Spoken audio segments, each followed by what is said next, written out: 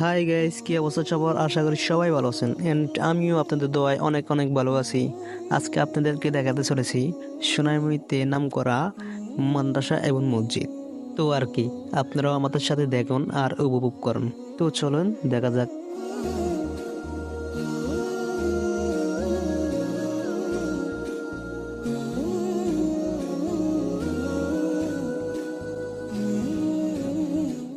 এই মসজিদ নোয়াখালীর সোনারমুড়ি পাপুয়া গ্রামে অবস্থান।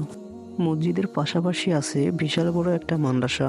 মাদ্রাসার নাম পাপুয়া নুর আলী কওমি মাদ্রাসা। এখানে অ্যাপসখানা কিতাবখানা অবস্থান আছে। এখানে অনেক দূর থেকে ছেলে মেয়ে এসে পড়াশোনা করে, যেমন কুমিল্লা, লাকসাম, ফেনী, চাঁদপুর, এমন এমন জায়গা থেকে ছেলে মেয়ে এসে পড়াশোনা করে। তো গাইস, আজকে এই পর্যন্ত কেমন হয়েছে কমেন্টে বলে যাবেন।